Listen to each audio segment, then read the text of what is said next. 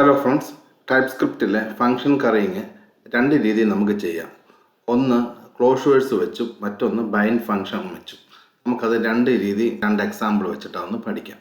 നമുക്ക് bind method വെച്ച് എങ്ങനെയാണ് ഫംഗ്ഷൻ കറിയിങ് ഇംപ്ലിമെൻറ്റ് ചെയ്യാൻ പറ്റുന്നതെന്ന് നമുക്ക് നോക്കാം. അതിനായിട്ട് ആദ്യം ഒരു ഫംഗ്ഷൻ നമുക്ക് ക്രിയേറ്റ് ചെയ്യാം. ഇവിടെ ലെറ്റ് ഫംഗ്ഷൻ്റെ പേര് ഞാൻ പറയുന്നു ആഡ് എന്ന്. ഇവിടെ ഫംഗ്ഷൻ പറയുക, രണ്ട് പാരാമീറ്റർ, അത് നമ്പറുകളായിട്ട് ന്യൂമറിക് ടൈപ്പാണ്. നമ്പർ എന്ന് പറയുക, രണ്ടാമത്തെ പാരാമീറ്റർ ബി, നമ്പർ തന്നെ. അതിനുശേഷം ഇവിടെ പ്രിൻ്റ് ചെയ്യാം നമുക്ക് റിസൾട്ട് console.log a+b. ഇനി നമുക്കൊരു മറ്റൊരു ഫംഗ്ഷൻ ക്രിയേറ്റ് ചെയ്യാം.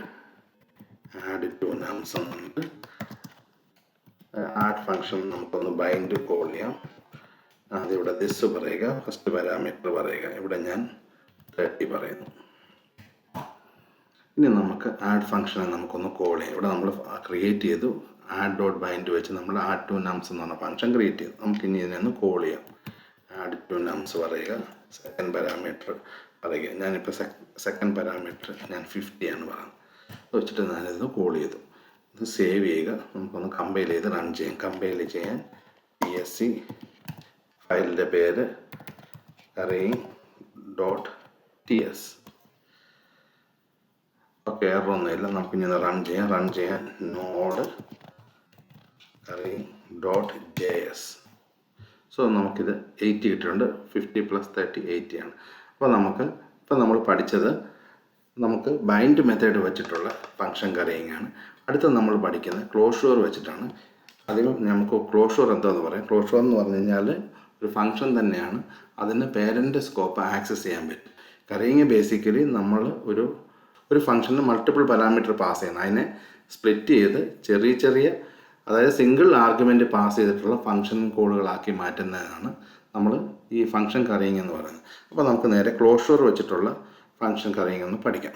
നമുക്കിവിടെ ഒരു ഫംഗ്ഷൻ ആദ്യം ക്രിയേറ്റ് ചെയ്യാം. ലെറ്റ് ആഡ് എന്ന് പറയുന്നു ഈക്വൽ ഫംഗ്ഷൻ. ഇവിടെ ഞാൻ ഒരു പാരാമീറ്ററേ പറയുന്നുള്ളൂ, ഇവിടെ നമ്പർ ടൈപ്പാണ്. എന്നിട്ട് നമ്മൾ റിട്ടേൺ പറയുന്നു. ആ റിട്ടേൺ മറ്റൊരു അടുത്ത ഫംഗ്ഷൻ. ഇതാണ് സ്പ്ലിറ്റ് ചെയ്ത് പറയുന്നത് ഫംഗ്ഷനുകൾ. ഇവിടെ നമ്മൾ അടുത്ത പാരാമീറ്റർ ബി പറയുന്നു. അത് നമ്പറായിട്ട് തന്നെയാണ് പറയുന്നത്.